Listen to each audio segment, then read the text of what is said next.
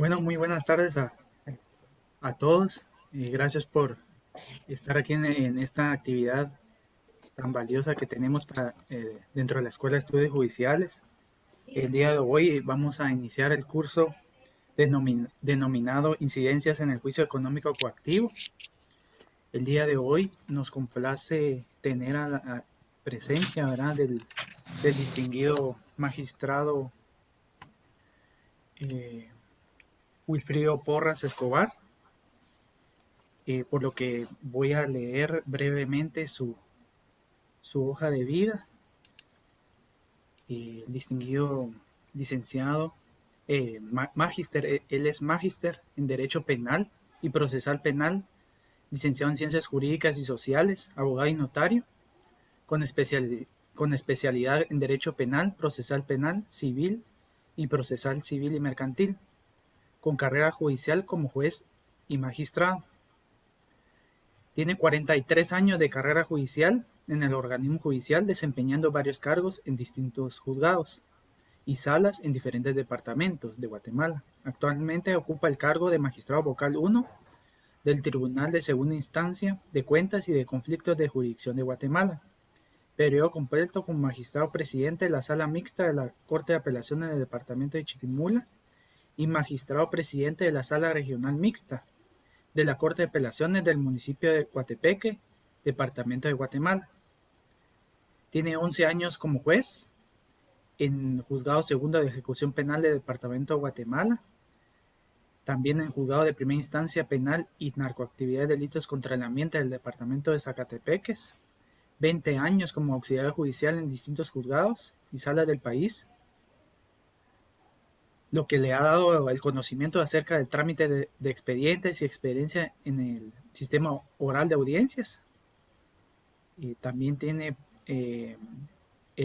por elección, fue nombrado en la Junta Directiva del Instituto de Magistrados, 2 periodos en Junta de Disciplina Judicial, en la Junta Directiva de la Asociación de Jueces y Magistrados, Comisión Nacional del Sistema Penitenciario, Consejo de la Carrera Judicial como consejero, participación activa y voluntaria inspirado a fortalecer el sistema jurídico nacional, más de 29 años de ejercicio profesional como abogado y notario, graduado en maestría en Derecho Penal y Procesal Penal, y actualmente pendiente señal en fecha de graduación para el título de doctorado en Derecho Penal y Procesal Penal, ¿verdad? 6 años como abogado litigante, ha ejercido varias cátedras y conferencias eh, que ha impartido como un aporte para la sociedad guatemalteca. Además ha presentado servicios profesionales en la Universidad de San Carlos de Guatemala como asesor y revisor de tesis y como evaluador de examen técnico profesional. Ese es brevemente de la hoja de vida del licenciado, del distinguido magistrado, ¿verdad? Que hoy nos, nos va a compartir sus conocimientos, sus vastos conocimientos eh, de este tema, ¿verdad?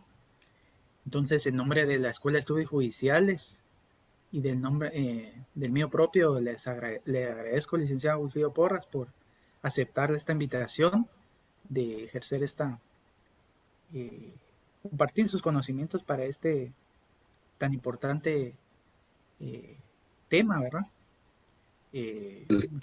Muchas gracias a todos también por su participación para este tan importante tema, como bien dije.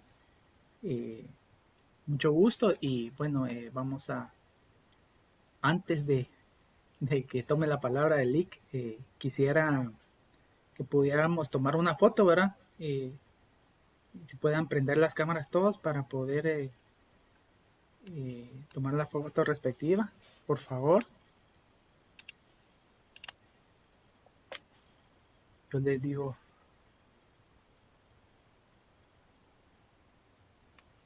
digo cuándo.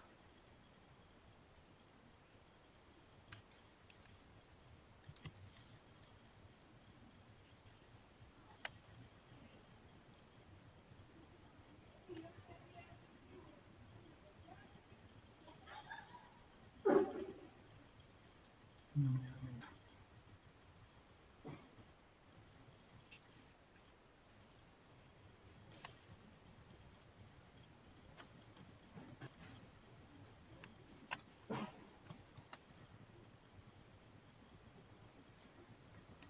Minutos más y vamos a la siguiente.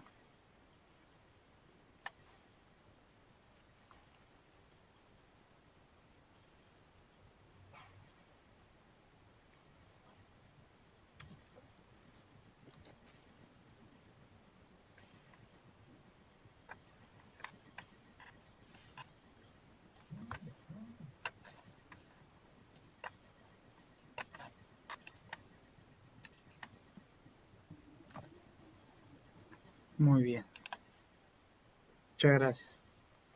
Entonces no me queda más de hacerle la bienvenida al distinguido magistrado Tito Porras.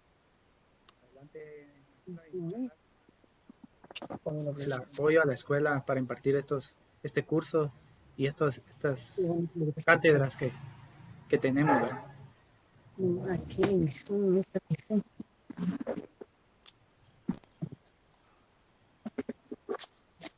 Muchas gracias, licenciado Luis Fernando Figueroa. Compañeros, amigos oficiales, secretarios, distinguidos comisarios y comisarias que conforman los diferentes juzgados y tribunales de la República, parte del digno organismo judicial, pues es un gusto de saludarlos y desearles lo mejor esta tarde, noche, y también saludar aquí al amigo Luis Fernando Figueroa de la Escuela de Estudios Judiciales por darnos esta oportunidad de conocernos e impartir y dar esta charla con el fin de que podamos aprender el tema que se nos ha asignado, que es las incidencias en el juicio económico colectivo, tanto común como el que se estipula en el Código Tributario. He de agradecer humildemente la invitación que se me hace, porque creo que todos los días aprendemos del derecho, no digamos de lo jurisdiccional. Siempre ha habido impartición de temas en la escuela, altamente agradecido. Este tema de económico colectivo. Yo como miembro del Tribunal de Segunda Instancia de Cuentas y de Conflictos de Jurisdicción, pues me siento halagado en la invitación y poderles a ustedes transmitirles los conocimientos prácticos que se han dado a nivel de dicha incidencia en juicios económicos colectivos, aunque en el Tribunal de Segunda Instancia de Cuentas pues, también se ve otros aspectos que posiblemente sean temas de otro curso como el juicio de cuentas y conflictos de jurisdicción, donde hablaremos la parte administrativa que se da previamente a que se dé el juicio económico colectivo, quiénes son las partes procesales, cómo nacen los títulos ejecutivos, los requisitos, cuáles son los títulos ejecutivos, son diferentes a lo que se ve en el proceso civil mercantil. Pues vamos a leer si alguno de ustedes porta la ley de Tribunal de Cuentas y el Código Tributario, entonces yo les rogaría que me pudieran apoyar en ir acostumbrando al tema respectivo. También quiero agradecerle primero a nuestro Dios Jesucristo, que nos da la oportunidad de vernos, saludarnos en este tema. Realmente a todos los amigos auxiliares, que yo también fui parte pues, de siempre como oficial, 20 años, y yo sé que es un cargo delicado, es un cargo de responsabilidad para los oficiales y secretarios, y no digamos comisarios, tener a su cargo varios expedientes penales, familia, laboral, civil. Como oficial uno tiene que ser responsable del procedimiento que se le encomiendan a uno, y quiera que no, pues el tiempo que uno tiene para aprender, pues, hay que aprovecharlo porque es el 50% que uno tiene para poder obtener su título de abogado notario. El tema también va dirigido a varios estudiantes de muchas diferentes universidades, porque son temas que casi no los tocan en las universidades, y para los compañeros oficiales, también auxiliares, también para el aprendizaje de tanto los que están en penal y familia civil, creo que también les hace mucha importancia. Y no digamos a los compañeros que ya están con una oportunidad cercana van a ser designados como jueces de lo económico coactivo, ya sea en la ciudad capital o a nivel de la pública. Entonces van a tener conocimientos que merecederos que van a, para que en su conocimiento que ellos apliquen en los juzgados, pues, es el quehacer del derecho judicial. Entonces estoy altamente agradecido con ustedes para que me escuchen y vamos a iniciar con el tema relacionado que se llama incidencia del juicio económico activo y que tiene dos módulos. Entonces vamos a agotar una parte del día de hoy y como son 3 días y agotaremos el segundo día otra parte y el tercero pues también ahí tiene su pues, módulo número 2 que terminaremos económico activo donde hay varias incidencias que platicar y si hay algunas dudas que ustedes tengan pues podemos hacerlas al final del curso, al final del día.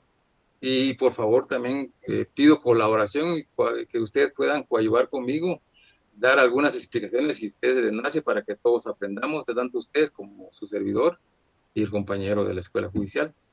Entonces en nombre de Dios, vamos a iniciar el tema y gracias por escucharme en este momentito y iniciamos ya, seguimos. El tema es incidencias en el juicio económico activo. Ya mi nombre ya lo saben ustedes, Julio Porras Escobar, magistrado vocal primero del Tribunal de Segunda Instancia de Cuentas y Conflicto de Jurisdicción. Esta sala tiene jurisdicción a nivel nacional. No hay otra sala, es la única que hay y conoce todo lo que es juicio de cuentas, conflicto de jurisdicción y todo lo que es económico activo y otros aspectos que se dan en el mismo como acciones de amparo y algunos otros conflictos que se encomiendan en las leyes respectivas.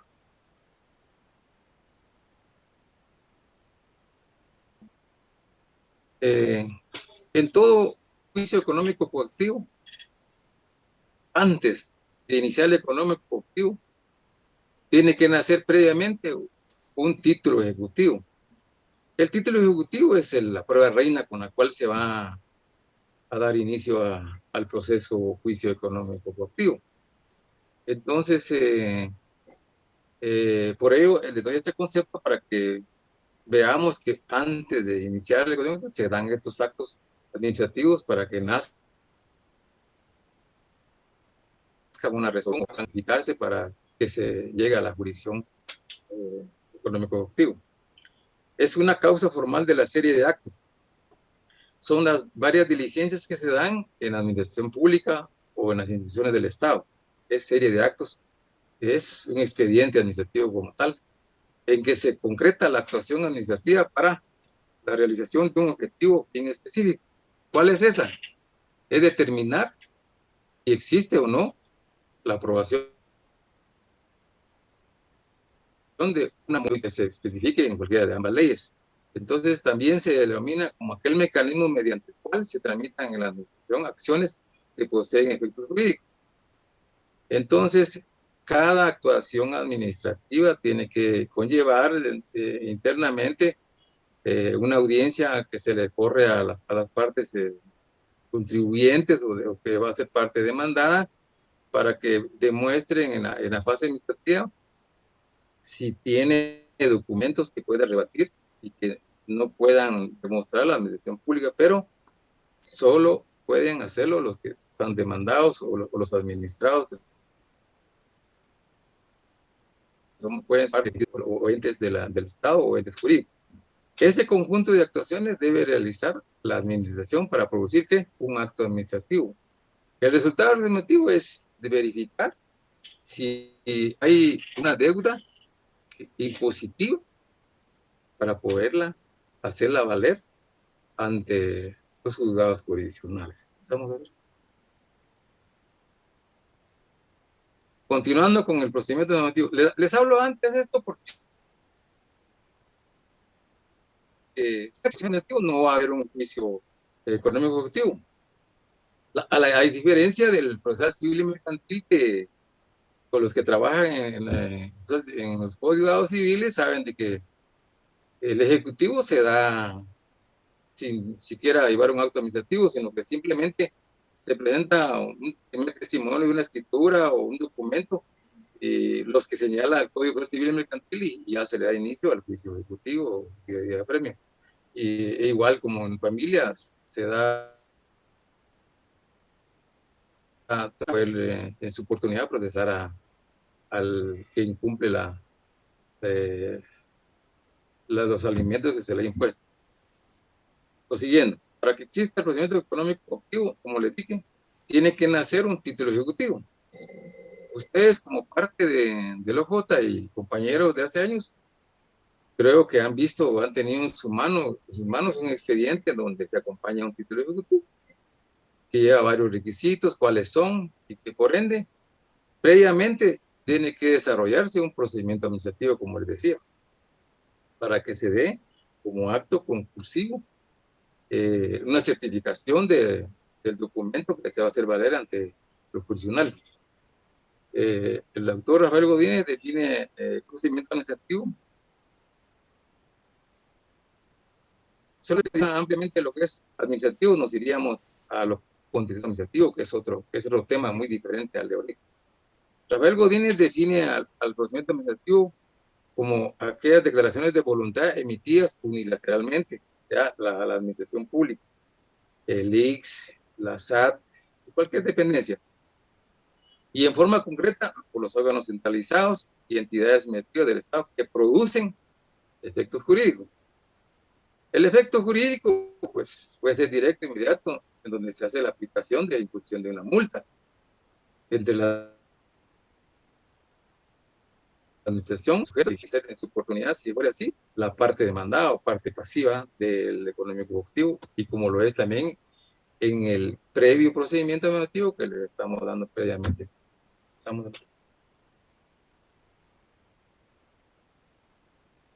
En el procedimiento administrativo, perdonen, no lo vaya a aburrir, pero tiene que dar una explicación para que pasemos a la fase original.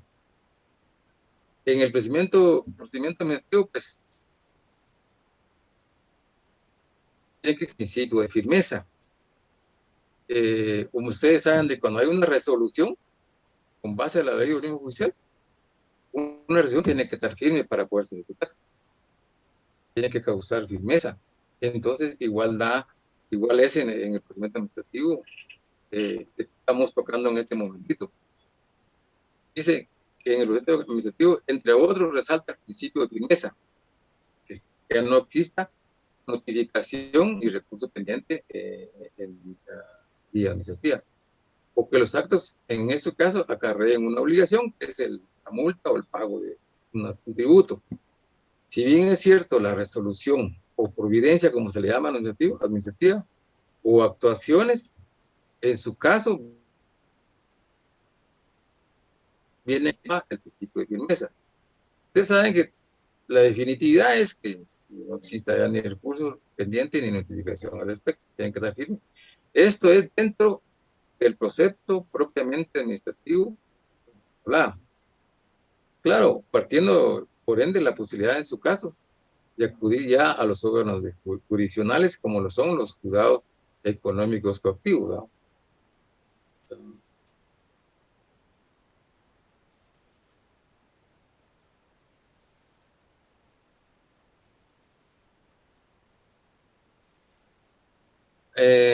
Saliéndonos del tema, pero que es parte de la explicación previa de lo que es el procedimiento administrativo, les voy a poner como un ejemplo que se conlleva en la Contraloría General de Cuentas. Ahí, para poder iniciar el juicio de cuentas y que haya una condena y que luego pasa al juicio económico ejecutivo, en el área administrativa, o sea, dentro de la Contraloría General de Cuentas, esos procedimientos que se dan en la Contraloría General de Cuentas son bastante voluminosos, que se dan hasta de 4 o 5 piezas, pero las fases que se dan ahí es cuando ya se existe una denuncia en contra de un funcionario o empleado público. La denuncia es, se llega del Contralor General o Subcontralor General, y ellos, con la documentación que se acompaña para el efecto, inmediatamente dictan una providencia dependiendo del caso, así es bastante elevado. Nombran a varios auditores gubernamentales, o sea, los que trabajan en la Contraloría General de Cuentas, siempre que tengan conocimiento sobre el tema respectivo. Al ser ser nombrado, tiene que tener un nombramiento con todas las de ley internamente. Ellos inmediatamente ingresan o revisan el expediente ya encomendado, evalúan, hacen un examen y el paso siguiente es formulario profesional contiene antecedentes de lo que está denunciado en contra del empleado o funcionario público. Ese informe seguidamente se discute citan al funcionario o empleado público, donde ya sea que van a la dependencia denunciada, donde localizan al funcionario público, o bien lo citan y se facciona un acta administrativa donde le hacen saber a él y en ese momentito si él aporta o lleva alguna documentación que pueda desvirtuar para imputar o no los casos que se le están imputando, o en su caso él puede acogerse a un plazo para recabar una documentación que pueda rebatirle los cargos que se le están formulando y que pueda desvanecer, como dice la ley, dichos cargos. Y seguidamente, pues, para él, en su caso por escrito, o ir personalmente a la Contraloría, aportar la prueba aportar la prueba respectiva, si es que es necesario, si no, pues no hacen ninguna versión y pasan los 15 días. Luego, los señores auditores nombrados hacen otra revisión si hay documentación aportada o no hay documentación aportada, de manera definitiva, como que dice, ratificando el informe ya formulado o haciendo los cambios pertinentes. Y ese informe, pues ya es un informe definitivo. Ese informe definitivo y ya deducen ellos que simplemente hay responsabilidad total o parcial del empleado público, dependiendo de la prueba que exista a favor de él, o si no, se da una aprobación total de los cargos que se le están imputando. La notificación siempre hay, una notificación es igual como la que asentamos en un tribunal, ¿verdad? Lugar y fecha, la dependencia donde él trabaja, el nombre, ese cargo que lleva y se le hace entrega del informe que es bastante grueso. Entonces él si tiene aún pendiente o tiene mucho que aportar, pues lo hará en un plazo corto que le dan ahí. Si pasado el tiempo, unos 8 o 10 días que le dan ahí, entonces con la aprobación de definitivo, ya deducido los cargos que se le atribuyen, pues los señores auditores lo que hacen es elevar el expediente definitivo, ¿va? Ya con toda la documentación, al Contralor General, y él con sus asesores pues también hace un estudio y si encuentra motivos, entonces ya lo traslada a la asesoría respectiva para que ellos planteen el juicio de cuentas que se lleva ante el juzgado de cuentas. Y si no hace de cuentas, pues se lo digo así, si hay una sentencia condenatoria, que casi siempre se ha dado, el 80 o 90%, casi pocos son los que son absueltos. Entonces, la sentencia condenatoria es parte también del juicio económico ejecutivo, porque viene a ser un título ejecutivo, ya sea que se pueda entablar el juicio económico ejecutivo dentro del juicio de cuentas, o bien la Contraloría obtiene una certificación para iniciar el.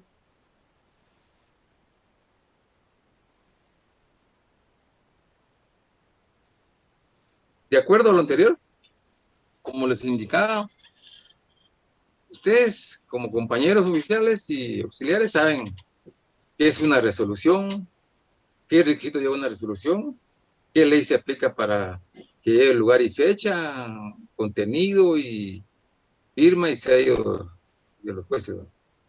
Y secretarios. Acá hablamos de una providencia o resolución, y es aquella que luego del trámite legal administrativo, como se mencionaba, cuya finalización consiste en una resolución o una providencia que cause definitividad. Esa definitividad, como les indicaba, la audiencia que se le daba a las partes. Si no se demuestra, pues ya ellos dictan una resolución. Ahí les voy a poner en su oportunidad algunas resoluciones que ha dictado la SAT o la Comisión Nacional de Energía Eléctrica, que definitivamente tiene que constar una resolución definitiva y como consecuencia con carácter de título ejecutivo. También adelante les voy a explicar o les voy a leer a través de ustedes, de sus leyes, cuáles son los títulos ejecutivos y cuáles son los requisitos que conlleva el mismo. Son totalmente diferentes al que lleva el proceso civil y mercantil, como les indicaba. Esos títulos ejecutivos tienen que ser, pues, como les indicaba, legal para tener la posibilidad de la económica productiva que existe en Guatemala y que los se dan a nivel de la República.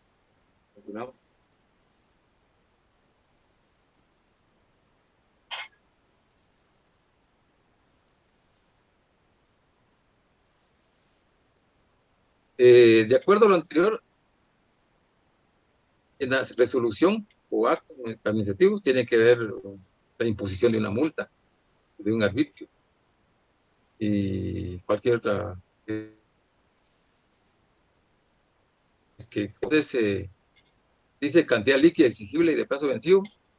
Eso lo pueden ver también ustedes en los demás juicios donde existen el juicio ejecutivo, que la cantidad tiene que ser líquida, total, lo que cantidad es por 2 millones, 3 millones, que tiene que ser exigible porque se va a plantear el procedimiento.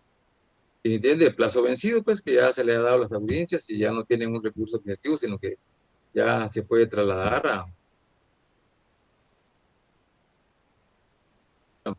firme la resolución o providencia, significa que existe una cantidad dineraria, como les indica, adeudada e impuesta, y que el plazo que se le fue concedido en la resolución final esté firme, que no exista recurso ni un pendiente, y que sea válida por consiguiente. Y que por consiguiente también puede cobrarse por la vía de lo económico objetivo.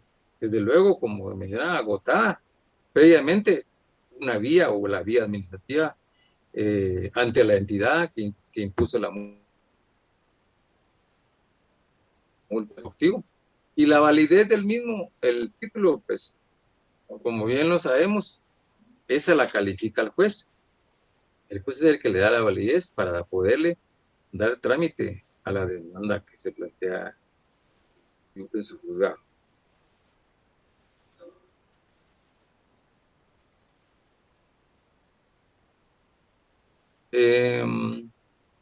Esa, les voy a hablar algo así a grosso modo sobre la ley, que la pueden tener en sus manos. Es una ley un poquito antigua. Como ustedes pueden ver, fue creada en el año 1956, por eso decreto 1126 tiene casi 25 años de vigencia, y hasta en el año 2002 que logró quedar sola como ley de Tribunal de Cuentas porque se ligó, porque estaba unida a la Ley General del Tribunal de Cuentas. Entonces, se creó la Ley Orgánica de Tribunal General de Cuentas y ya quedó una ley con artículos, como pueden ver, empieza en el artículo 33 en adelante. Fueron derogados varios artículos que quedaron en la ley de la Procuraduría General de Cuentas. Esto data, cuentas, pues, data de la independencia, desde la época del año 1823 a 1837. Ahí la imposición de las multas, se lo digo porque por multa, pues no, ustedes ven que no no hay prisión, es de 1823 a casi hasta 1821, casi, sí, la imposición de las multas se pagaba con prisión. Y ahí prácticamente se daban muchos principios de la parte demandada. No le daba opción a defenderse, a interponer excepciones, a oponerse a apelación, inclusive amparo. No, ahí le imponía la multa y pasaba a penal y prisión. Entonces creo que del derecho del Estado. Entonces, ya hablando de 40 años después, pues ya se fue dando un poco de autonomía al fin de cuentas a través del decreto 1127. Esa autonomía fue, digamos, parcial porque siempre había involucración de órganos administrativos que trataban de imponer ellos también sus ideas o su ley específica, pero no había una libertad total para el J. Y en esa época, la presión, pero ya existía. Pues. 7 años después, ya en el año 1928, pues, se creó el decreto gubernativo 978, donde se reglamentó la Dirección General de Cuentas y el Tribunal de Cuentas. Ahí ya se fue dando de manera una movilidad ya más abierta para el económico coactivo, siempre con una modalidad administrativa, porque ahí se rendía cuentas, pasaba económico coactivo, pero hubo una modalidad que siempre se involucraba la fase administrativa, estaba económico coactivo, entonces no había una autonomía total, como le digo. Luego, 17 años después, ya estamos casi en la era moderna, en el año 1945. Se decretó nació la ley orgánica 515. Ahí ya se logró un poquito la autonomía y se nombró como Tribunal y Contraloría de Cuentas. Ya hubieron varios avances de libertad sobre sí. Nacieron ya varios títulos ejecutivos. Su oportunidad, si ya, yo se los voy a leer, los que existían ya en esa época. Entonces, ya en el 56, ya hablando mucho más modernamente, se creó ya la ley orgánica del Tribunal de Cuentas, el 1126, del que estamos aquí dialogando. Está vigente, pero solo que luego se creó la ley orgánica cívica y que pegó por un lado ya esta ley de cuentas 1126, que se quedó denominada únicamente como ley del Tribunal de Cuentas, que es de lo que estamos hablando y donde está inmiscuido el juicio de cuentas y el económico coactivo, tanto común y que el tributario también da un procedimiento ejecutivo, conlleva siempre con base a la ley del Tribunal de Cuentas, pero ya los mismos requisitos, algunas cuestiones de plazo son las que diferencian, pero es el mismo trámite. En el trámite de las constituciones la actual, la del 65 y la del 85, dicen que no ha lugar a la casación. Pues. El 220 actual de la Constitución dice que no procede la casación. Solo procede en el juicio de cuentas, pero no en el económico coactivo. Proceden otros recursos de los que están ahí estatuidos en la ley, pero el de casación no procede ahí. El de amparo sí, la acción de amparo sí procede. Dentro de otras leyes que existen y que manejamos en nuestra jurisdicción, esa ley aún existe, es la que da el trámite cuando hay conflictos entre órganos administrativos o judiciales, o muchos alegan de que no es penal, sino que es tributario, o que no es laboral, sino que es administrativo. Entonces plantean el conflicto de jurisdicción y nosotros conocemos al respecto, lo cual, pues, en su oportunidad, si hay posibilidad, pues, les voy a dar una explicación breve sobre lo que es el trámite de conflicto de jurisdicción. Ya, la Corte Suprema, esa ley de conflicto de jurisdicción, ya lo que es jurisdicción lo adscribe o lo aplica a nuestro tribunal. Entonces ya queda modificado el tribunal nuestro, como tribunal, se llamaba Tribunal de Cuentas. Ahora se llama Tribunal de Segunda Instancia de Cuentas y de Conflictos de Jurisdicción. Actualmente, pues, somos nosotros los que aplicamos, se llama Tribunal de Segunda Instancia de Cuentas, grado. Entonces, Tribunal de Segunda Instancia de Cuentas y de Conflictos de Jurisdicción, ¿qué se llama? Tribunal de Segunda Instancia de Cuentas y de Conflictos de Jurisdicción, somos nosotros, únicos a nivel nacional. Y de último, pues el año antepasado, la Corte acordó de que los conflictos de jurisdicción pasaran exclusivamente a nuestra sala o a nuestro tribunal, porque nosotros solo firmábamos los autos que declaraban con o sin lugar a la misma. El trámite lo llevaba a la Corte, el secretario o el secretario de la Corte, y ya cuando había una resolución ya de fondo, pues nos la pasábamos ya hecha o nos hacíamos para firmarla. Pero mediante este acuerdo del 2018, ya ellos se desligaron del trámite y dijeron de que para eso existía el Tribunal de Segunda Instancia de Cuentas y Conflicto de Jurisdicción, y que ellos ahí se plantearan todas las demandas o acciones de conflicto de jurisdicción. Entonces ahora nosotros también se plantea ahí y nosotros ya le damos el trámite, pero siempre que sea refrendado por nuestra secretaria o secretario, porque la Corte Suprema, la Secretaría de la Corte. Ahora no, ahora lo tiene que firmar la Secretaría del Tribunal de Segunda Instancia de Cuentas. Entonces, ahora está a nuestro cargo totalmente el trámite. Eso sería una historia breve sobre lo que se habla de cuentas. Y lo que estamos hablando ahorita, ley del Tribunal de Cuentas, ¿verdad?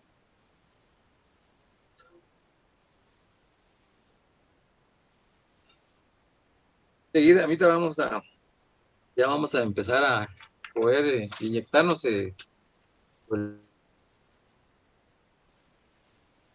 vayamos viendo las fases que tienen un juicio económico colectivo.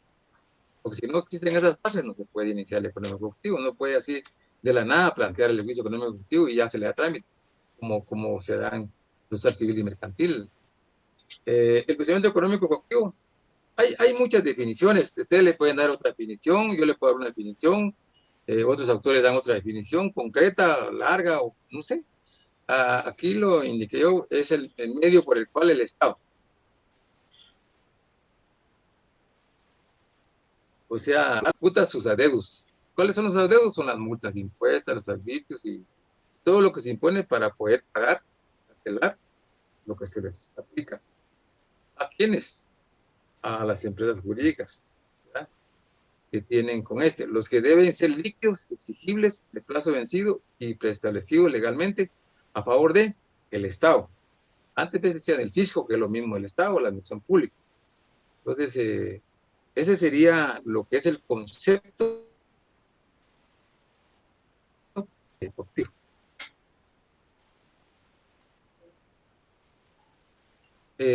Hablando de tanto del Código Tributario como la Ley de Tribunal de Cuentas, siempre tiene que estar legalizado lo que es el procedimiento económico activo, ya sea de manera corta o larga, pero da una definición y consecuentemente tiene que existir en la ley.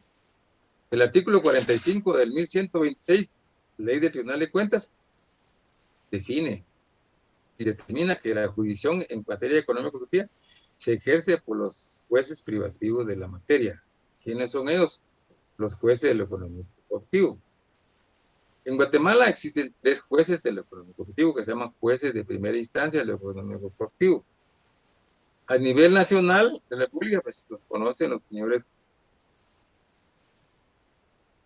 jueces de económico activo, salvo que en unos juzgados como en Quetzaltenango creo que existe juzgado de trabajo, previsión social y económico activo. Entonces, a nivel de la República, pues los jueces de instancia conocen en materia económica activo, y aquí en Guatemala, pues existen 3 juzgados económicos activos que se ubican en la zona 1. Ahora, como son 2 ejecutivos de que vamos a hablar, que van siempre mancomunados en procedimientos, entre uno nos habla del económico activo tributario. acá lo define como el procedimiento económico ejecutivo, como un medio por el cual se cobran de forma ejecutiva los adeudos tributarios. Aquí si podemos hablar va a ser solo tributario a través de la SAT, que es la que ejerce ese derecho de poder obligar a las partes que deben o tienen un adeudo cobrar a través de la vía del económico coactivo. Está regulado en el Código Tributario y también suplementariamente la Proceso Civil y Mercantil, la Ley de Unión Judicial y algunas leyes de la materia en cuanto a quiénes son los demandados, como hay instituciones que son demandadas, también tienen sus leyes internas, ¿no?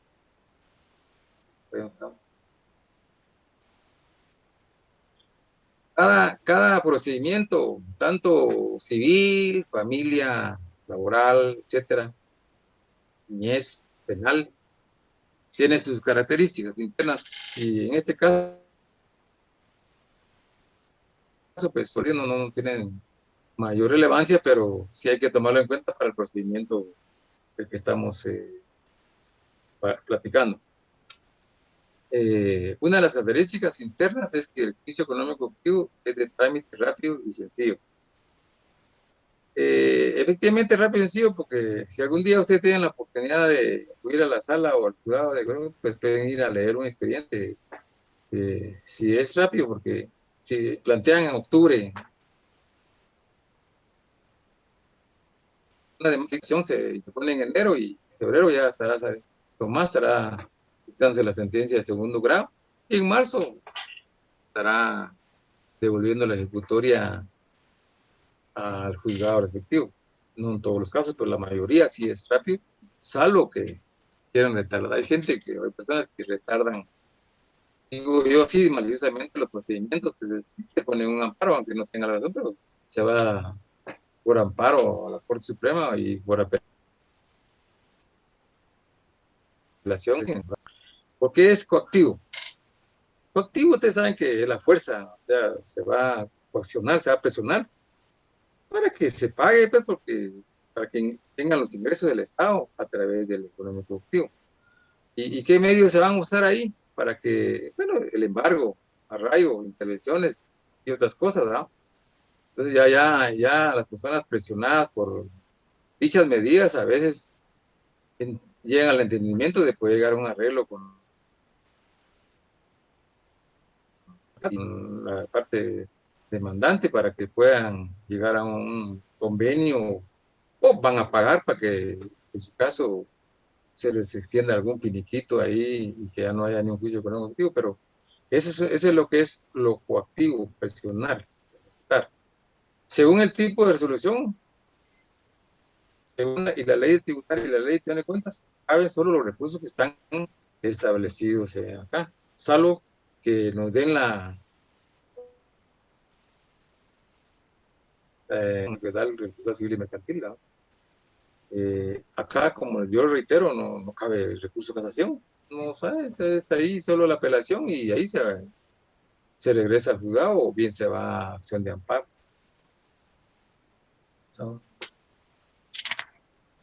Toda, toda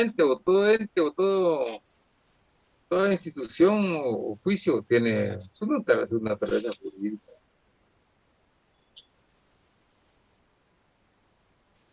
Y el porqué de la naturaleza jurídica.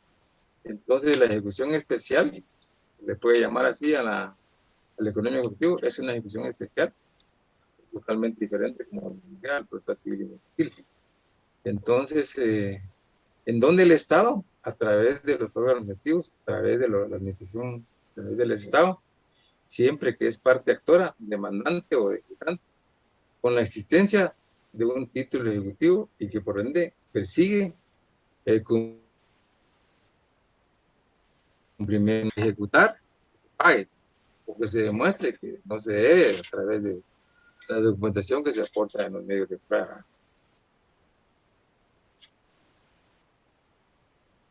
Principios que informan al juicio económico coactivo. La ley señala tanto, la ley de la Contraloría, la ley de cuentas, ley de Tribunal de Cuentas señala que es impulsado de oficio, efectivamente es de oficio. Antiformalista también. Si no se lleva a cabo el oficio porque lo hacen a través de una demanda formal. La demanda formal lleva todos los requisitos que dice el procesal civil y mercantil, ¿verdad? Entonces, sí se han dado algunos casos, 1 o 2 he podido ver yo del tiempo que tengo que estar ahí. En casos de urgencia puede que se nace paralelamente. Realmente es cuando la calidad de la persona demandada no carece de medios económicos. Entonces, el juez está obligado a atenderlo realmente, pero casi no se da porque los demandantes abogados que pueden interponer o oponerse y excepciones. La superioridad en estos casos, pues la misma ley lo dice, el Código Tributario y la Ley de Tribunal de Cuentas regula que supletoriamente se puede aplicar el Código Civil y Mercantil y la Ley de Organismo Judicial siempre y cuando dé la oportunidad de aplicarla, porque si la ley específica dice una cosa y se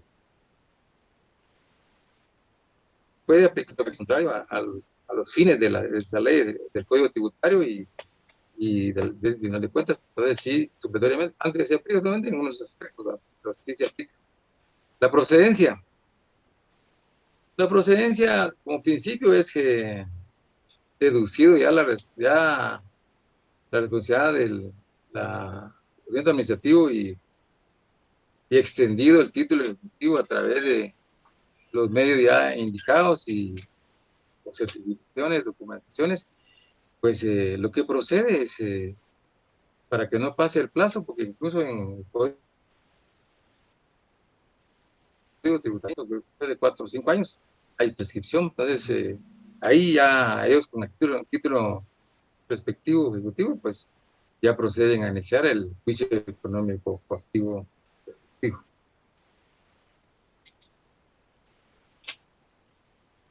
Procedimientos y supletoriedad.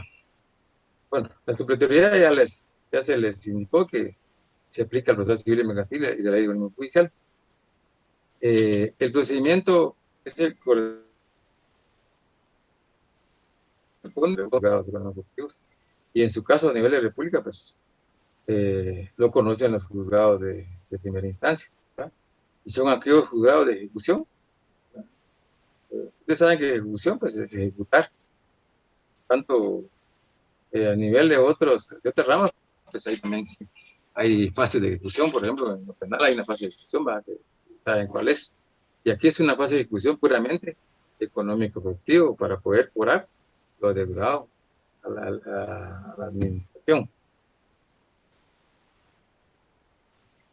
Ellos cobran los tributos dejado de pagar, o que ya se les ha impuesto la multa administrativa, y que el contribuyente tiene que pagar, o el ejecutado tiene que pagar a través de el procedimiento antes mencionado en los juzgados económicos coactivos.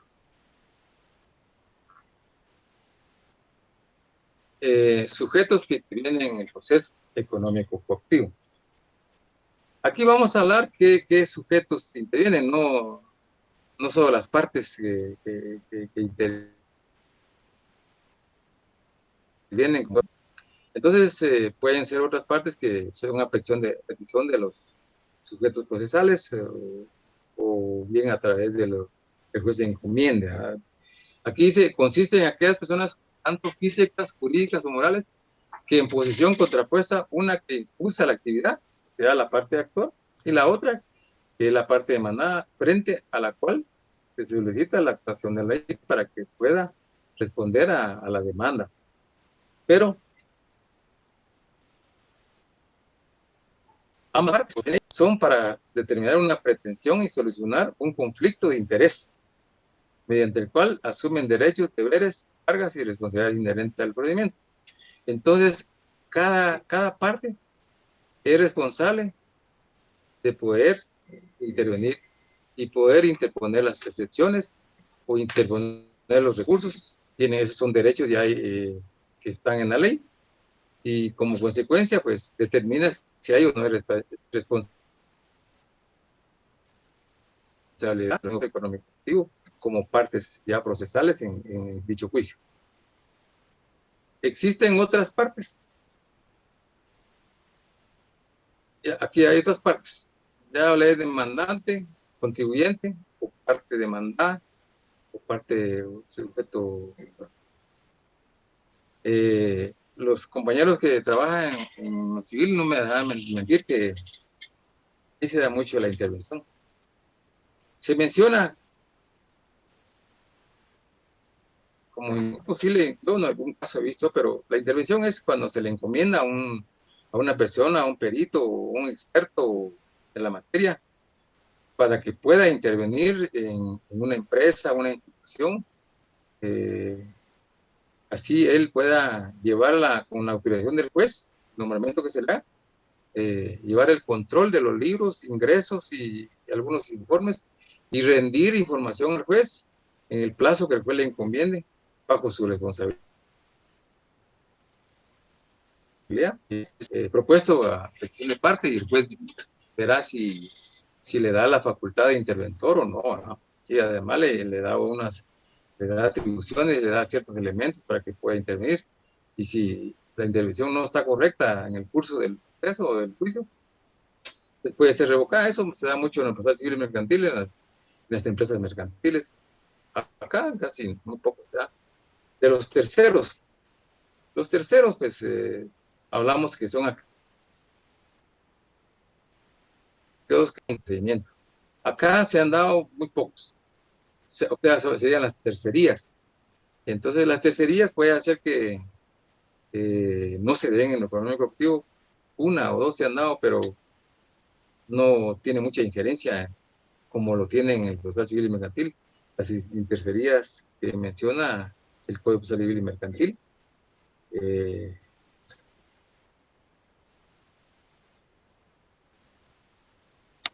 los homónimos.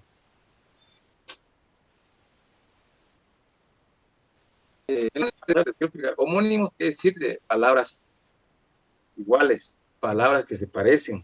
Esos homónimos se han dado en muchas materias que se dan en el área judicial. Por ejemplo, en lo penal a veces se ha dado que yo tuve unos casos allá que capturaron a don Pedro Godínez, de 25 años de edad, que tenía una captura porque no habían cancelado estaba con medidas estudiantes, no había ganado una multa y además había prisión. Captura contra el señor, pero cuando fue detenido no era él, sino que era otro Godínez con diferentes características de documentación. Este era de 25 años y el otro era de como 50 años, entonces ya aprobaba el homónimo, digamos que se parece, se dejó libre el cuate. En este caso, doña Lucía Méndez reside en Cuilapa o Utiapa, es demandada a través de equivocadamente, se equivocó la institución y en el juzgado le dan trámite y le mandan a notificar a esta señora y no es ella. Esta Lucía Méndez, la demandada sí es la que existe en Quetzaltenango, ella sí, porque es la que tiene la deuda, la que se le condenó, es una persona diferente a la que está siendo demandada. Entonces, ahí son, en todos los casos se dan homónimos, pero demostrado documentalmente se puede dejar desligada a la parte de la verdaderamente demandada, porque o se interpone una excepción o se documenta de que ella no es la que no es la demandada, porque no tiene las mismas características, ni la edad, ni la documentación, ni el domicilio que se señala en autos. Entonces, consecuentemente, el juez tiene la obligación de separarla del juicio y se le hace saber a la parte ahora que haga su petición a derecho, ¿ves? Demandando a la persona respectiva, ¿no? En su caso. Ahorita pasando el título ejecutivo, como les explicaba, nace de la fase administrativa. En la fase administrativa, a través de los actos que se dan anteriormente, pues ya aparece una resolución o un acto administrativo que da o aplica una deuda. Consecuentemente, con base a ese documento, pues es una prueba reina la que se va a dar para que se pueda plantear lo jurisdiccional. Se pueden dar la que ustedes quieran o la que deseen, y también en la ley hay otras definiciones. Ahora le dice a Eric Mario que mi es aquel documento en donde se establece plenamente el adeudo que se tiene con el Estado o sus entidades estatales. Adeudo que debe ser firme, líquido y exigible. Aquí hay 3 requisitos importantes. La firmeza, ya hablamos de que tiene que causar firmeza, como habla la ley judicial, en la resolución. Ya no tiene que existir recurso ni un pendiente, pero exigible, que haya sido impuesta y que ya no existe nada pendiente, sino que todo debe estar con firmeza y con fuerza legal. ¿Para qué? Para garantizar el cobro que se va a hacer por esta vía que se pretende, que es el económico deportivo, y así pues el juez pueda también garantizar los derechos de la parte demandada. Si el título viene correcto, evidentemente se le da trámite a la demanda y se añaden las fases respectivas para que se le dé la demanda con el título respectivo. La ley de Tribunal de Cuentas hace una definición ahí que dice que no es más que las certificaciones o certificación de las resoluciones administrativas, como les mencionaba, que transcriben literalmente, en la cual se plasma de manera clara y precisa. Entonces, ahí habla de una resolución o providencia que contiene lugar y fecha, razonamiento, por tanto, y parte declarativa donde se pone la multa, ¿ya? Pero tiene que estar clara y precisa. Y además, el tipo de tributo o el adeudo dejado de aportar o pagar. Y quién es el contribuyente a quien se le va a demandar a través del tributivo. Así como ese es uno de los requisitos que lleva, que es el monto reclamado y que se va a ser utilizado dependiente de la fase administrativa, cuando no exista ya recurso ni de un pendiente. Eso nos lo menciona la ley de Tribunal de Cuentas. Hay otras definiciones, pero es una de las que da la ley. En el Código Tributario, creo que también hay una definición. Aquí les voy a leer antes sobre lo que nos menciona la Ley Orgánica de la Procuraduría General de Cuentas en cuanto a lo anterior. ¿Por qué les digo esto? Para que vean de que todo procedimiento pues tiene que estar en ley, y no podemos aplicar por libre albedrío, o que yo me salto una fase, o que no di audiencia. No. La ley de la orgánica de la Procuraduría General de Cuentas, en su artículo 41, dice y habla sobre el cobro y destino de las multas impuestas. La Contraloría General de Cuentas podrá promover los procesos de cobro por la vía, dice, aquí habla económico. Siempre tiene que estar estipulado en ley. En esta ley que mencioné, Tribunal de Cuentas, Código Tributario, pero también lo mencionan otras leyes internas de los ministerios o entidades respectivas. Entonces, acá nos menciona que podrá promoverse los procesos de cobro por la vía económico-productivo de las multas establecidas en esta ley. Y viendo de título ejecutivo, estamos hablando ya de la resolución o la imposición de la multa. La certificación de la resolución en que conste la multa impuesta. Para la tramitación del económico productivo se aplicará en lo pertinente el decreto 1126, o sea, la ley del Tribunal de Cuentas. Cortita, pero se aplica y es bastante importante en la vida del económico productivo. Además, el Código Tributario, y supletoriamente les mencioné que el Código Civil y Mercantil, que es bastante amplio y da algunas facultades que no dan estas leyes que aplican. Por ejemplo, si aquí se habla de incidente y no se habla a plazos, entonces tienen que aplicar. la ley de organismo judicial, donde le da a usted, o le dan a ustedes cuál es el trámite incidental, los plazos. Y también les da cómo se dicta una resolución, lugar y fecha y todos los requisitos que lleva una resolución y plazos en que se va a dictar una resolución, plazos en los cuales se va a notificar y a otros aspectos que tienen que aplicarse, importantemente la ley de organismo judicial.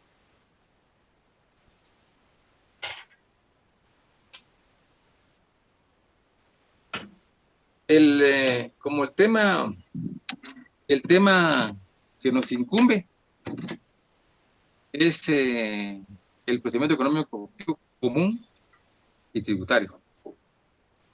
Ahí mancomunadamente se aplican las dos leyes. Tienen algún plazo diferente, pero si ustedes lo leen es poco, en la prueba y otros plazos, pero conlleva el mismo procedimiento.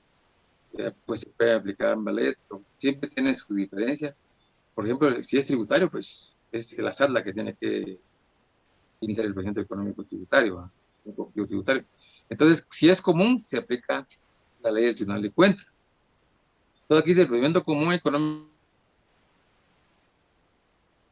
porque determina, entre otros, que todas las sentencias condenatorias, también hay otros documentos, ¿verdad?, del Tribunal de Cuentas serán ejecutadas por el procedimiento económico ejecutivo. Significa que al existir un procedimiento de cuentas, lleva varias fases ante el Tribunal de Cuentas y ante el Tribunal de Segunda Instancia de Cuentas, y luego de ejecutoriada, pues definitivamente tienen el derecho y la opción de poder iniciar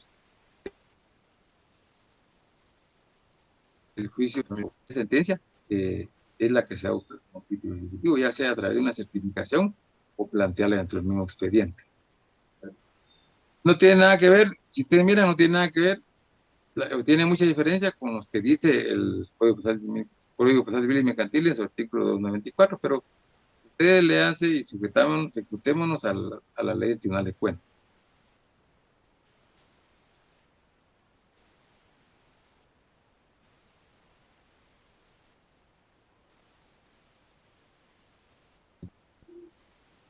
Yo, como les mencionaba, el 1126, o sea, la ley del Tribunal de Cuentas, da cuáles son los títulos ejecutivos, cuáles son sus requisitos y por qué es que se le da valor y procede el económico ejecutivo con base a los mismos.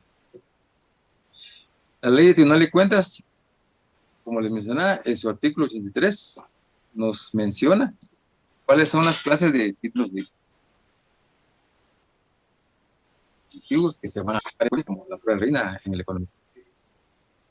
Y los títulos ejecutivos, según el Código Tributario, artículo 172, también nos dan cuáles son los títulos ejecutivos. Yo quisiera que si alguien me pudiera apoyar, si tiene la ley del Tribunal de Cuentas, si es tan fino alguno de ustedes, que me pueda dar lectura al artículo 83 y así escuchamos. Si quiere, yo lo puedo leer, el artículo 83. Sí, el 83 del 1126, por favor. Está bien. Artículo 83. Solamente en virtud de título ejecutivo procederá la ejecución económica coactiva. Son títulos ejecutivos los siguientes. 1. Certificación que contenga sentencia firme dictada en juicio de cuentas. 2. Certificación que contenga sentencia firme con motivo de aplicación de la ley de probidad. 3. Certificación o actuaciones que contengan el derecho definitivo establecido y el adeudo líquido y exigible. El 4 dice certificación que contenga la liquidación definitiva practicada por la autoridad competente en caso de falta de pago total o parcial de impuestos, tasas, arbitrios, cuotas o contribuciones.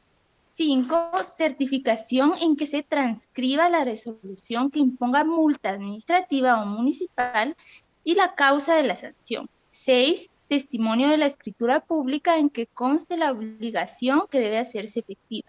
7. Certificación de reconocimiento de la obligación hecha ante autoridad o funcionario competente. Y 8. Certificación de sentencia firme o resolución dictada por cualquier tribunal o autoridad competente en la que se establezca una obligación que deba hacerse efectiva por el procedimiento económico coactivo.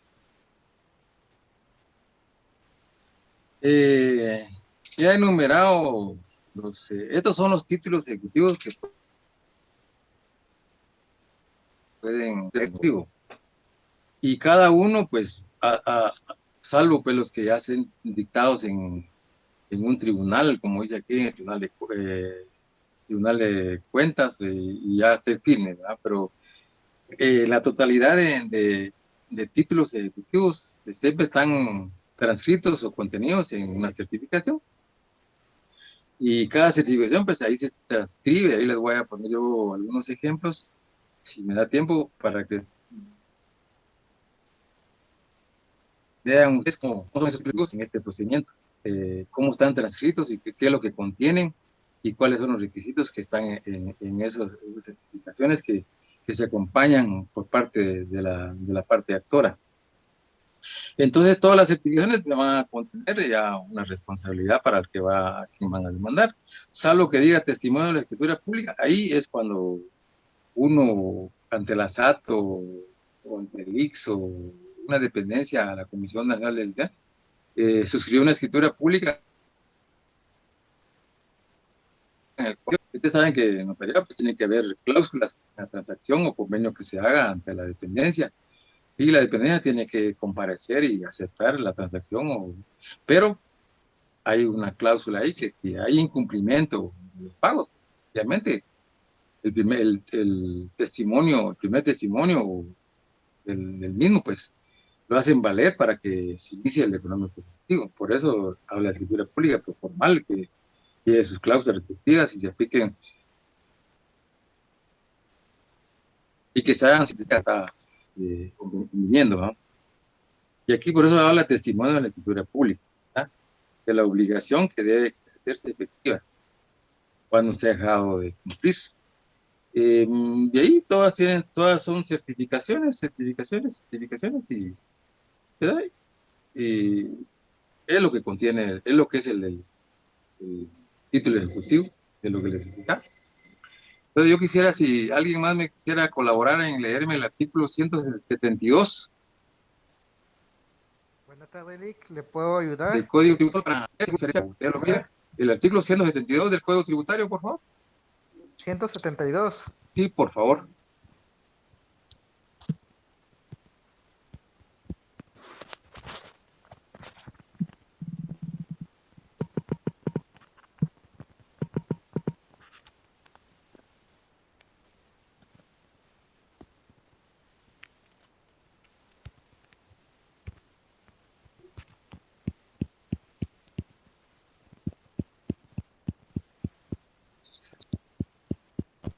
Te escucho, compañero. Sí, Lick, un momento. Ya.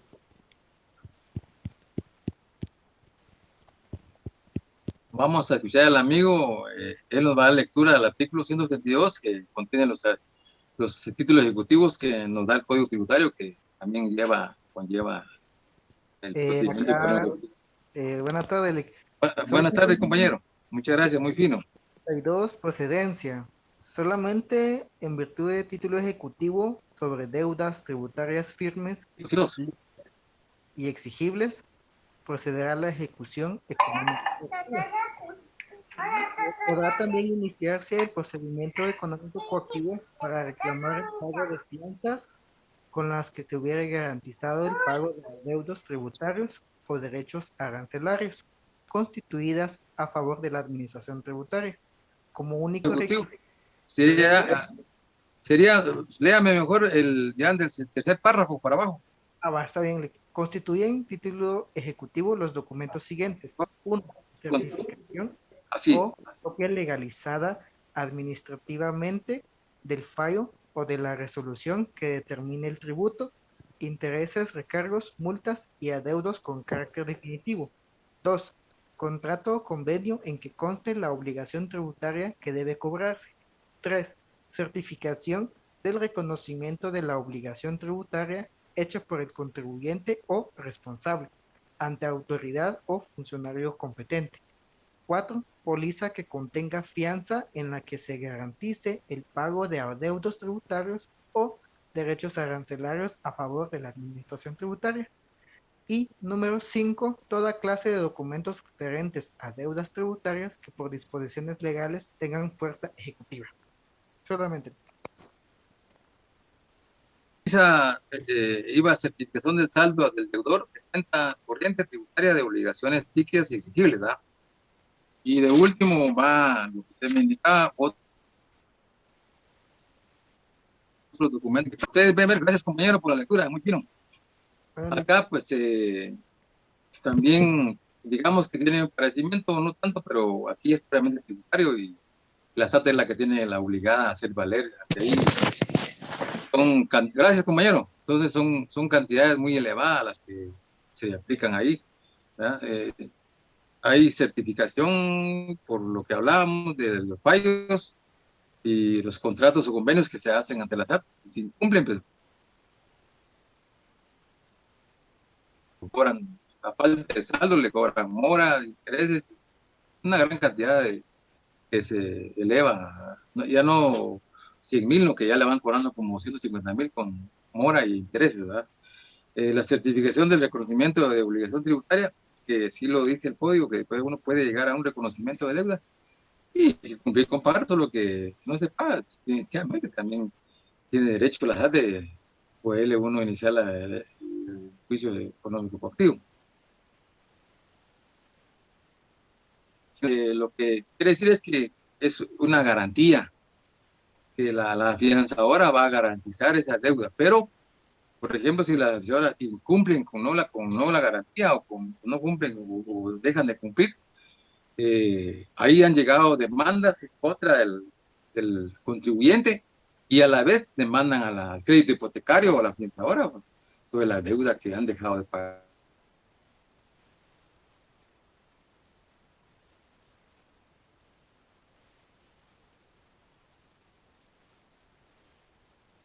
A hacerlos valer en la actividad económica.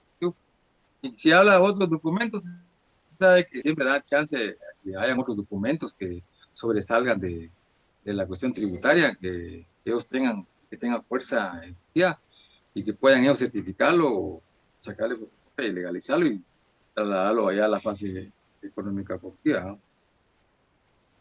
Eso serían lo que son los títulos ejecutivos que nos dan la ley sancionales, siempre se aplican y las que pueden elevar una validez, son los que pueden elevar una validez, y si son líquidos exigibles, pues obviamente le da trámite y ya procede las fases respectivas de la.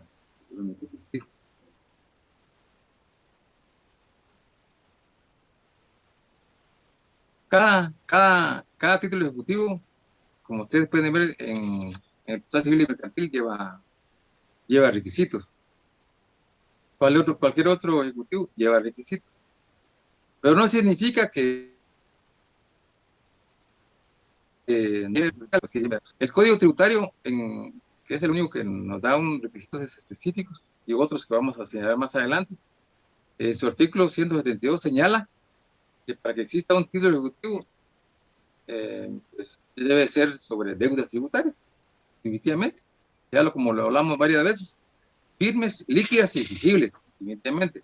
Debe haber ese requisito sine qua non o objetivo para aplicar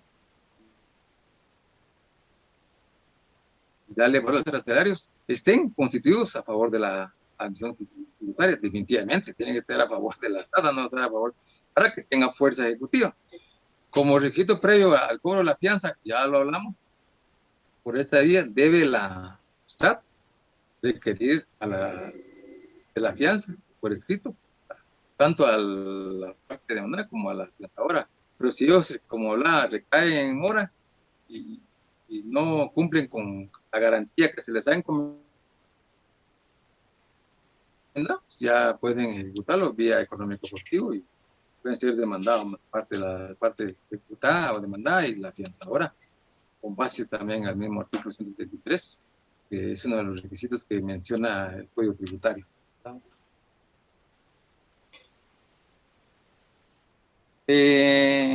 Esto tal vez es muy corto lo que les voy a explicar. ¿Ah? Dice, eso se mira en la práctica, pero siempre tenemos que estar fundamentados. El ejecutivo, obviamente, es que contenga cantidad de dinero líquido exigible. ¿Verdad? Ese es el requisito, como hablaba, sine qua non o esencial o importante. Claro, como le digo aquí, en ambos procedimientos, tanto tributario como tribunal de cuentas, se deja claro que por la naturaleza especial de la ejecución, no están sujetos al requisito legal alguno. Como ahí les voy a leer algunos ejemplos. Por lo tanto, dice que ahorita en la práctica de su emisión, pero no quiere decir que no lleve requisitos, pero sí tiene que cumplir con los aspectos como le indicaba anteriormente, que haya una deuda y que haya quién lo está cobrando, a nombre de quién y quién es el parte. Por tanto, para su emisión, sin embargo, dice, no hay que dejar por un lado lo que les da, que este título tiene que tener un requisito importante y esencial para que sea como tal, ¿no? O sea, título. Que el objeto de la misma es que se contenga cantidad de dinero que puede señalar en el título ejecutivo en lo económico coactivo. Pasamos. Las partes, hay varias partes que intervienen en lo económico coactivo. Pueden ser todos los ministerios de Estado. El Ministerio de Estado acuden a través de la Procuraduría General de la Nación porque él representa al Estado. En cambio, se representan y plantean la demanda en contra del patrono cuando hay deudas patronales y trabajadores. La Comisión Nacional de Energía Eléctrica puede demandar al INDE, a las empresas eléctricas municipales y otros entes que tengan que ver con la energía eléctrica. Conlleva también un trámite administrativo. Los arbitrios municipales, pues, a nivel de la República, siempre hay impuestos. En Guatemala, la Municipalidad de Guatemala es exagerada para imponer multas o imposición de construcción que se va a hacer una simple puerta. Ya hay que pagar 10,000, 20,000, 30,000 quetzales. No digamos una construcción completa. Ahí hay demandas exageradas económico productivo por 100,000, 125,000. Hay demandas hasta de 1,000,000 por UCI, pero es cuando se cobra a los dueños de propiedades horizontales, que por ejemplo en la zona 15 hay gente que son unos y ahí les cobran mínimo unos 15 o 20,000 trimestrales que cuando han dejado de pagar 3, 4, 5 años y con intereses y mora ya casi les llega a más de 1,5 millones para poderlos ejecutar. Entonces ahí sí se aplica el económico coactivo a través de la Municipalidad de Guatemala de la capital. La SAT también tiene que ver en estos como ejemplo, porque es la que tiene que pelearle los impuestos y los demás ministerios de Estado. Ahorita yo quiero pasar a mostrarles parte de lo que es un título ejecutivo que se da en la vida real, en la vida práctica, para que ustedes puedan entender qué es cómo es un título ejecutivo en la vida real. Aquí hay un título ejecutivo. La CNE, la Comisión Nacional de Energía Eléctrica, planteó, esto yo lo obtuve, y como ven ustedes, habla expediente número tal, ese es el expediente administrativo que se dio previamente, ¿verdad? Y resolución final, es la que mencionan ahí, y se identifican arriba que es la comisión, su dirección de la comisión, dónde están ubicados y todos los datos donde pueden ser notificados la comisión. Entonces, tiene la resolución como y la providencia, contiene lugar y fecha, contiene el nombre la entidad, lugar y fecha. Ahí es Comisión Nacional y lugar y fecha. Esta resolución contiene varios aspectos, como ustedes lo entienden en los procesales, en el proceso civil y mercantil, laboral. Cuando se dicta una resolución con base a la ley de organismo judicial, pues contiene resúmenes. Los resúmenes, ustedes saben de que es aquel resumen que se da de todas las incidencias, de todos los documentos, que el trámite que se dio, la audiencia que se le dio a la parte que es si va a imponer la multa. Aquí se impuso por que se construyó una empresa eléctrica, por ejemplo, pero no se utilizó el espacio respectivo que tenía que usarse, porque cerca de donde hay casas o hay residencias no se puede construir una empresa eléctrica. Tiene que haber metros específicos en la ley de la comisión, pero como no se dio, entonces le impusieron una multa a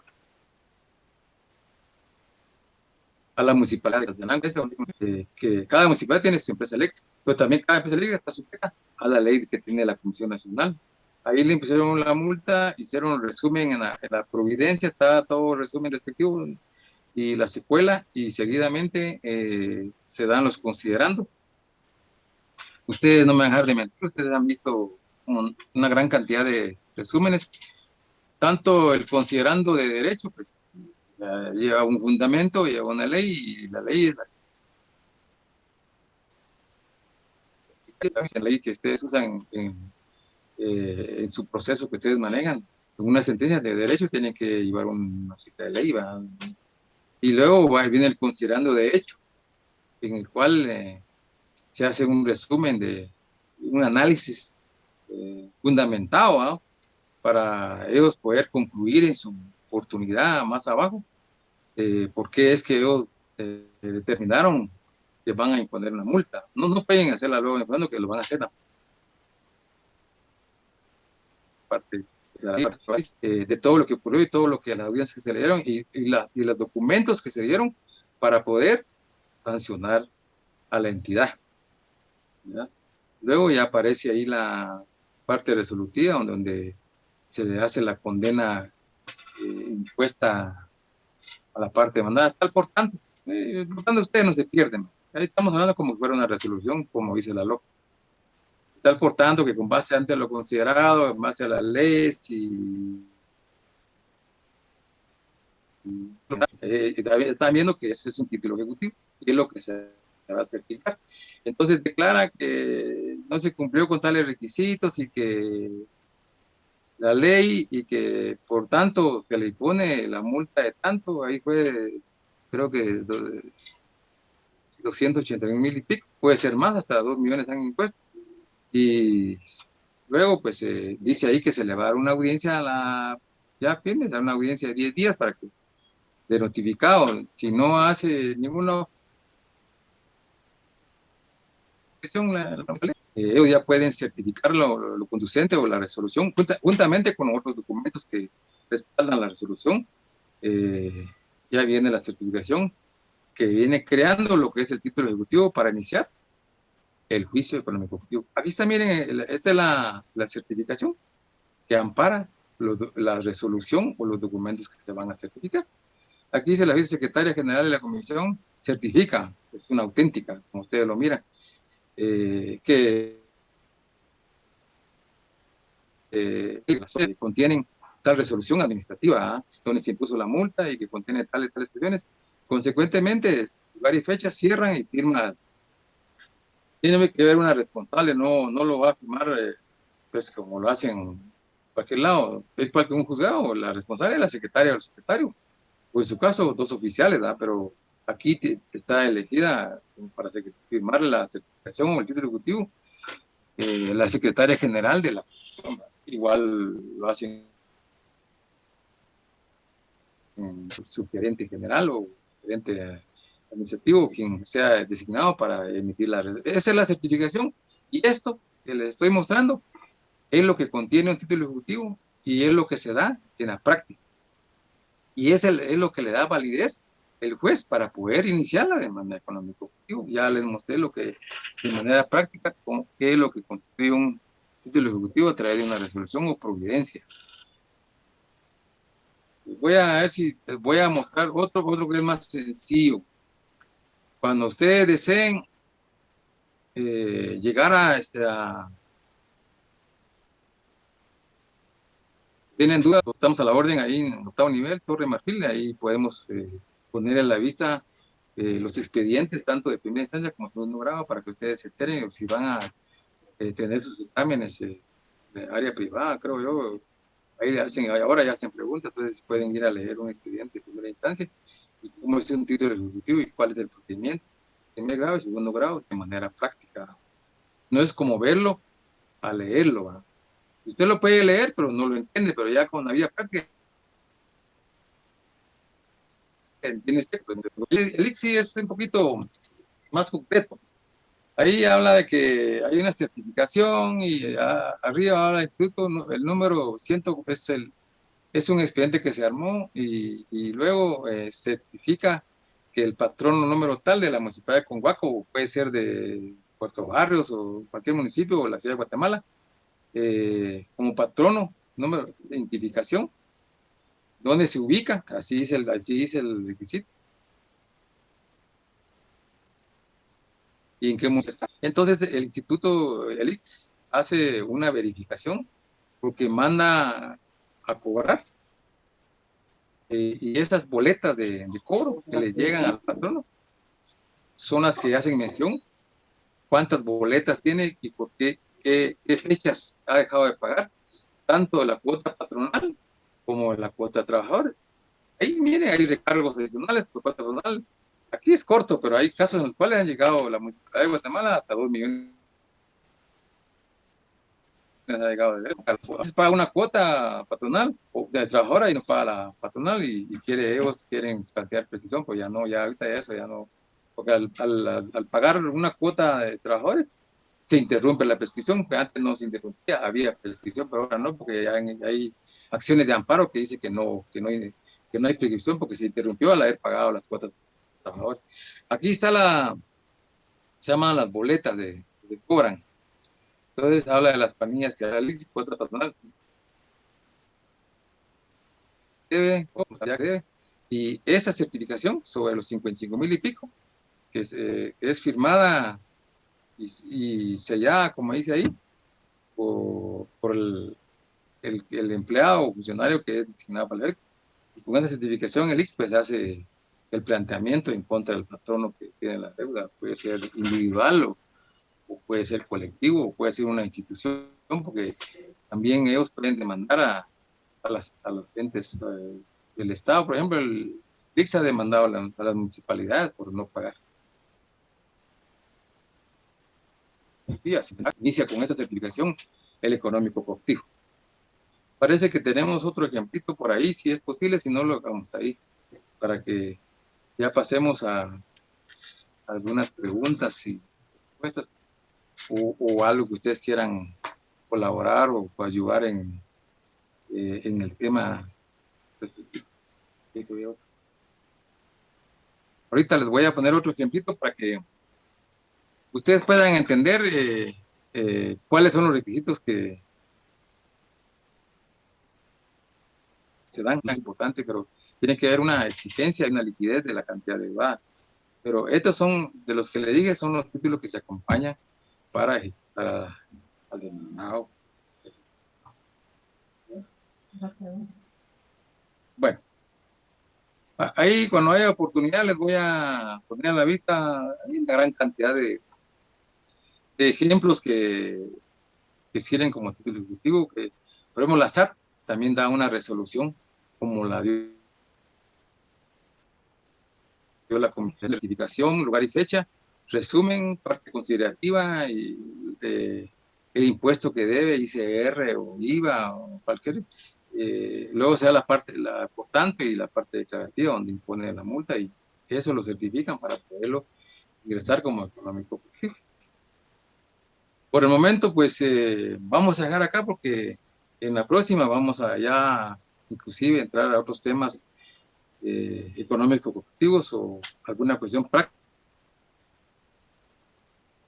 práctica si hace el económico cognitivo y hasta dónde puede llegar para ser ejecutado, para que ya sea una historia respectiva, pero qué fases lleva el económico cognitivo, eso lo vamos a practicar en su oportunidad, inclusive las costas, ¿verdad?, que se cobran y otros aspectos que se van a hablar ahí, hay unas que no tienen nada que ver con él, pero se los va a platicar al final, que es parte del económico cognitivo. Yo les rogaría a los compañeros oyentes si tienen alguna duda sobre el económico cognitivo, nos puedan dar para que yo pueda pues, también aprender de ustedes también aprender de quien quiera exponer algo sobre el tema antes respectivo, y si hay alguna duda, pues será bienvenida y podremos explicarla o fundamentarla. ¿Oye? Dejamos en el libre albedrío de los que quieran preguntar. Licenciado. Gracias, licenciado. Excelente disertación. Tenemos levantada la mano compañero José Hernández. Por favor, adelante. Sí, buenas noches, licenciado. Tengo una pregunta. En los juicios económicos coactivos que plantea el ICS, ¿las notas de cargo se pueden aceptar como título para acompañar en la demanda, para darle trámite? Lo que hacen es, no, fíjese que lo que hacen es, no, la nota en sí no puede ser título ejecutivo, sino que tiene que haber una certificación de las notas. Que se da en otro ejemplo, hacen ese detalle y a la vez autentican o certifican la nota de cargo que usted dice, que son parte del título ejecutivo, ¿verdad? Pero simplemente la nota de cargo no podían hacer porque ya tienen opción a una excepción si no va certificada o no va legalizada por el gerente o subgerente. Entonces, las notas de cargo tienen que ir certificadas o autenticadas juntamente con esa certificación que le mencioné, porque siempre tiene que ir legalizada para que sea parte del título. Entonces no puede ser tomada como título. Sí, si va certificada, sí. Sí, si va certificada, sí.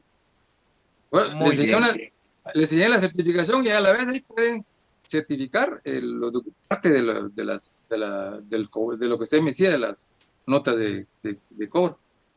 Certificados, si no van certificados, a servirle.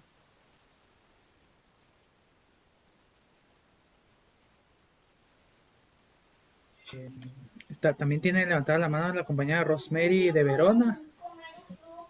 Muchas gracias, licenciado. Buenas noches a todos. Principalmente darle las gracias al magistrado por la excelente disertación que nos ha impartido este día. La verdad que se ha logrado aprendizaje. Mi pregunta va dirigida en el sentido de que la prescripción de los títulos ejecutivos. Estaba mencionando alguna jurisprudencia que se ha generado en el sentido, pero mi pregunta va dirigida en que si la prescripción sería la misma que establece el artículo 296 del Código Procesal Penal, del Código Procesal Civil, perdón, en cuanto al principio de supletoriedad, ¿verdad? Que serían 5 años si no estuviera garantizada la obligación y 10 en el caso de que fuera hipoteca. Esa es mi pregunta más que todo. Fíjese que en ese caso, si bien es supletorio, no se aplica porque, por ejemplo, el Código Tributario, por ejemplo, hay un económico ejecutivo, aquí le habla a usted de la prescripción y le habla de un plazo para que la parte de la SAT pueda demandar. Si pasado ese plazo, 4 años parece, si pasados esos 4 años no demandan y plantean la demanda en el artículo 47, entonces el parte pasiva puede plantear la prescripción. En el ICS se han dado las prescripciones, pero es con base a las leyes internas del ICS. Ahí existe la prescripción por un plazo, creo que 5 años. Si plantean la demanda en el ICS y pasaron los 5 años que establecen las leyes internas del ICS, puede leerse la ley orgánica o ahí hay varios reglamentos donde sí se habla de la prescripción y lo han planteado y ha prosperado. Ha prosperado y en unos casos, por ejemplo, la Municipalidad de Guatemala, como le decía, en casos crearon prescripción y cabal, como dicen vulgarmente, cuajó la prescripción con lugar y en esa época, no, en esa época, estuvieron confirmando sentencias con esa prescripción, pero a través de las acciones de amparo. ¿Sabe qué hacían el patrón, o sea, la municipalidad? Que pagaba la cuota trabajadora, póngale 5 años, y esperaba el tiempo que pasaba y no pagaba la cuota patronal. Entonces venía la municipalidad y los reglamentos, que ahí sí habla de un plazo, ¿verdad? Entonces el Código de Proceso Civil y Mercantil ahí no se aplica. Sí lo han querido aplicar los aquellos que dominan mucho el proceso civil y mercantil, y que inclusive hay jueces que son del proceso civil y mercantil y quieren aplicar estrictamente ese código sin que se pueda aplicar, porque hay leyes específicas que le estatúen a usted la prescripción. Por ejemplo, como le digo, el Código Tributario le señala a usted la prescripción. Y así, por ejemplo, en el UCI, la de la prescripción. Así hay varias leyes internas, pero eso se aplican a las leyes internas, porque si no están en las leyes internas, tampoco se va a aplicar a la ley de proceso civil mercantil. Entonces, pero sí están en la ley interna, lo que es prescripción. Léase el Código Tributario y léase la ley del IX y léase la ley del UCI y algunas otras leyes donde está la prescripción. Eso es lo que se aplica de manera estricta en el económico objetivo. Por ello, no se aplica la prescripción que señala. Lo han querido, inclusive la caducidad la han querido plantear citando el Código de Proceso Civil Mercantil, pero no les prospera. Inclusive hay acciones de amparo que no les ha prosperado la jurisdicción sobre el Código de Proceso Civil Mercantil. Solo se aplican las leyes específicas, como le decía, y le repito, el Código Tributario, ¿verdad? Y el ICSI, otra ley, el UCI, hay varias leyes que tienen la prescripción, 3 años, 4 años, 5 años, 6 años, pero no se aplica el Código de Proceso Civil Mercantil.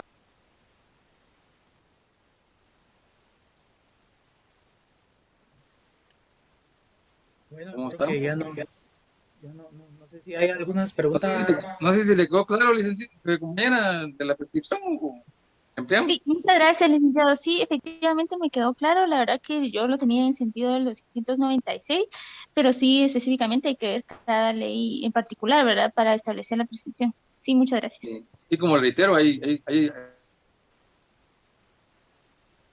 litigantes de civil mercantil y no dominan el económico objetivo. No quieren aplicar el Código de Proceso Mercantil a pura fuerza, si que no se aplique, pues, y hay jueces que son jueces de lo civil, pero quieren aplicar estrictamente el proceso civil mercantil, y por ejemplo, de los departamentos quieren aplicar el proceso civil y no aplican estrictamente las leyes específicas del económico objetivo, que son aplicables, como el caso que le decía, el tributario y el ICSI, ahí, ¿verdad? Creo que estamos ahí bien. Si hay alguien más que tenga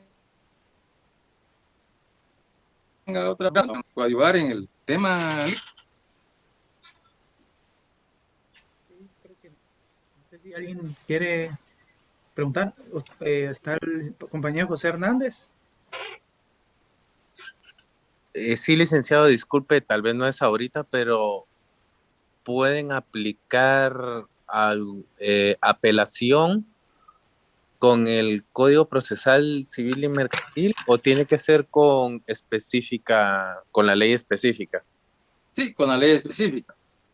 Pero aquí habla de apelación en ambos leyes, pero por ejemplo ya el plazo, hay uno que no habla plazo, pero habla de apelación.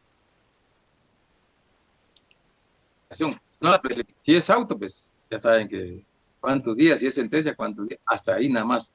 Pero ya no, para los agravios ya no se da audiencia, sino que solo se dice que es apelable. Por ejemplo, Tribunal de Cuentas es apelable, pues le puede decir que no hay ¿en qué plazo lo va a usted interponer? Entonces se aplica supletoriamente la apelación, el proceso civil y mercantil, pero en cuanto a lo que no contravenga a esta ley. Pero como aquí sí hay apelación, y si no hay plazo, pues aplicamos el proceso civil y mercantil. Ejemplo, ¿verdad? Muy bien, gracias, Lic. Yo quisiera preguntarle, licenciado Figueroa, que aparte de las preguntas personales que se han hecho, no sé si en el chat hay algunas preguntas que han dado para que usted me las haga llegar, o no sé. Ahorita creo que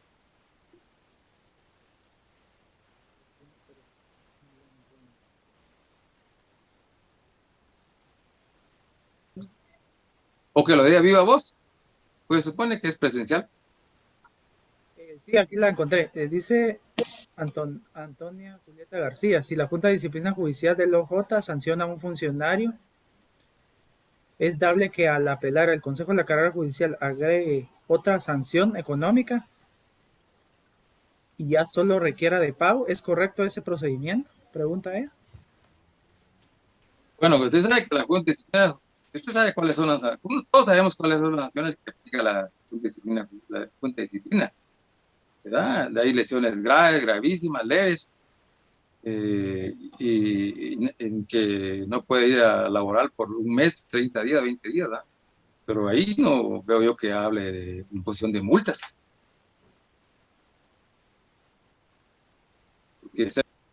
O destituciones, porque ahí es otra fase. ¿No? Ahí sí no se ha visto y nunca ha llegado un caso de la Junta Disciplinaria al económico objetivo. No hemos recibido, no hay procedimiento ahí.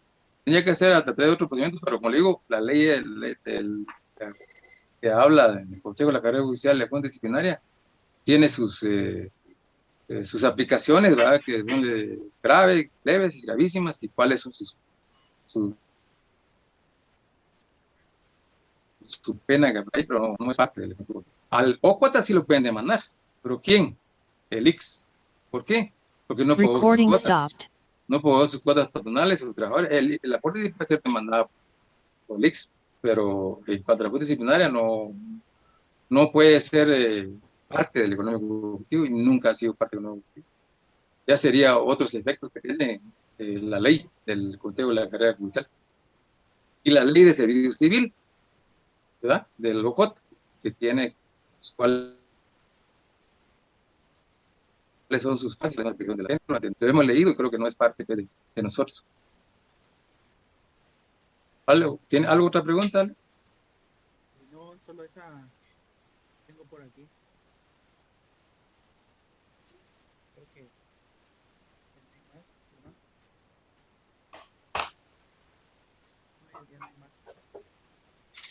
no sé si quería agregar algo, señor magistrado, ya. No, solo agradecerle a los compañeros por siempre escucharme y espero que hayan entendido, tal vez no de manera amplia, pero mínimo que tengan nociones generales sobre el tema que hemos discutido y que más adelante se va a ir ampliando porque van a haber ya cuestiones prácticas, ¿verdad? Pero ahorita ya se habló un poco práctico, administrativo y lo que es título ejecutivo, pero si hubiesen algunas otras dudas, yo creo que se las puede hacer llegar a usted, licenciado, y usted me las hace llegar a mí y yo se las contesto vía correo electrónico y estamos a la orden, ¿va? Donde podemos ver algún expediente o usted me puede decir qué preguntas o dudas tengan al respecto y yo se las puedo hacer llegar por correo. Estamos a la orden, ¿va? Muchas gracias, licenciado, por el día de hoy de su disertación, ¿verdad? Esperamos que próximamente nos comparte también sus conocimientos, ¿verdad? Solamente quería informarle a los compañeros que tuvimos un problema, ¿verdad? Con el ID. Entonces, el día de mañana, entre mañana y pasado, les estaremos enviando otro ID, ¿verdad? Porque van a cambiar, ya no van a ser estos los que les notificamos anteriormente.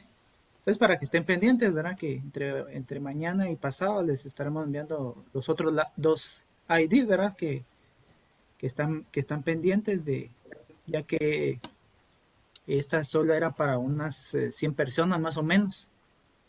Entonces se quedaron otros compañeros allá no pudieron entrar, ¿verdad? Entonces sí tuvimos un inconveniente, mil disculpas, ¿verdad? Pero vamos a arreglar esa parte, ¿verdad? Igual, señor magistrado, también le vamos a enviar los nuevos ID, ¿verdad? De la clase. Está bien, Lili. Solo agradecerles y que siempre portemos las leyes que nos ha servido, pues, porque le vamos a dar lectura a otros procedimientos ahí